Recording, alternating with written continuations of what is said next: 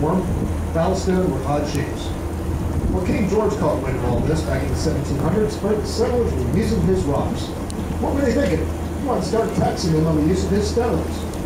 Well, folks, that didn't go over too well here at all. In fact, I think it started a war. Over here we got the Hyatt Hotel, original location where back in 1733, General James Oglethorpe arrived here. He had sailed across the ocean blue aboard his double-masted ship here. 114 brave souls aboard, they had weathered 88 days at sea to reach here. Now they originally landed in Fort Lauderdale, South Carolina, where I live in South Carolina there, and set out in smaller groups, expedition here, smaller vessels, to see exactly what this area was like. Came upriver, found this to be a very high bluff area, and were met by the Yamacraw Indians and the chief of Yamacraw, Chief Tomo Chichi. Say that 10 times real fast, kids. Of course, Tomo Chichi and Oglethorpe became fast friends. And the Indians showed the settlers that they need to order tobacco, and also how to harvest plentiful amounts of shellfish and seafood that we still enjoy in our coastal waters today. Now, Oglethorpe did return for the rest of his group up in Port Royal, brought them back here to South Carolina, and as was anticipated, very warm welcome by the Indians here. Oglethorpe had plans in hand of what he wanted to accomplish and did that quite successfully. In fact, Savannah, Georgia is known as one of the first planned cities in the United States because of his great work here. As we go by the gaps here in the building, especially this one over here to our starboard side where the American flag is, you're going to notice a black iron walkway that stretches up across the bluff through the next gap and all along the front of these buildings. That is known as a factor's walk. Well, back in the 1840s, very instrumental to the cotton trade here in Savannah, Georgia. Because as cotton would come in here by rail or by lighter, which was a barge, offloaded here at River Street, behind a cart drawn by horses. The conductor or the broker would come out along that rail. They don't use it. They have it drawn to the back of this building and then would be offloaded to be cleaned. So I know, folks, you got to ask Captain Dave, how in the world do you clean cotton down here in the south? Well, I throw mine in the whirlpool.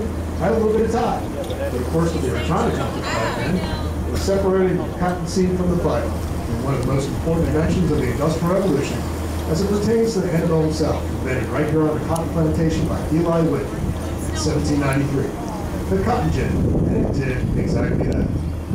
I'll be right back with you folks in a moment. We've got to call this inbound post-Panamax ship, and I'll be back in the near future.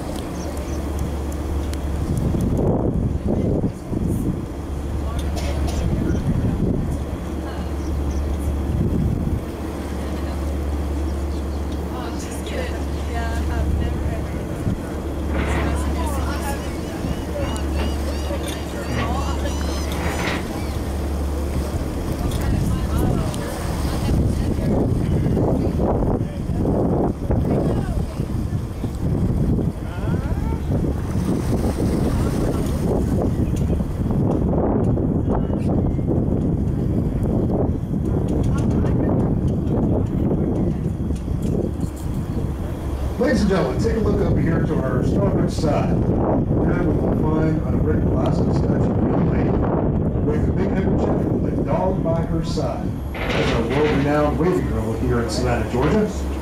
Known locally as Florence Martis. Born in 1868 down the mouth of the Savannah River, Fort Pulaski.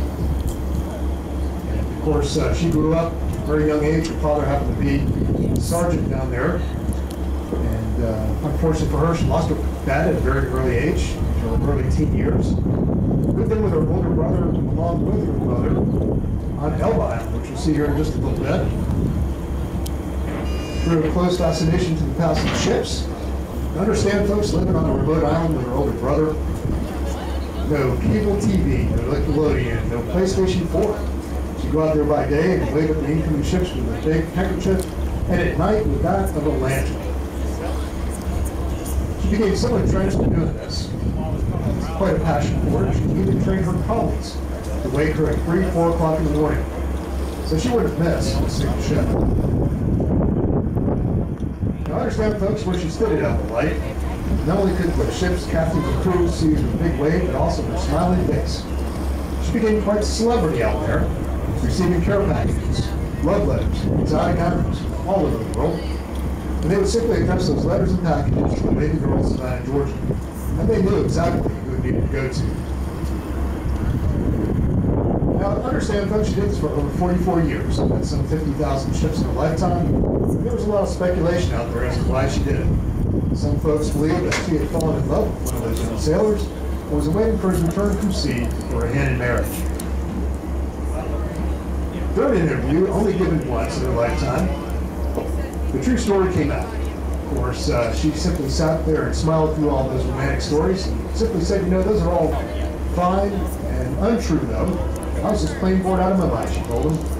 What else do you expect? I lived out here on a remote island with my older brother, no less. But what a remarkable lady she was, and what a legacy she left for the port city Savannah. Florence Martis passed away in 1943, but certainly didn't pass away in the hearts and minds that knew her as the Waiting Girl.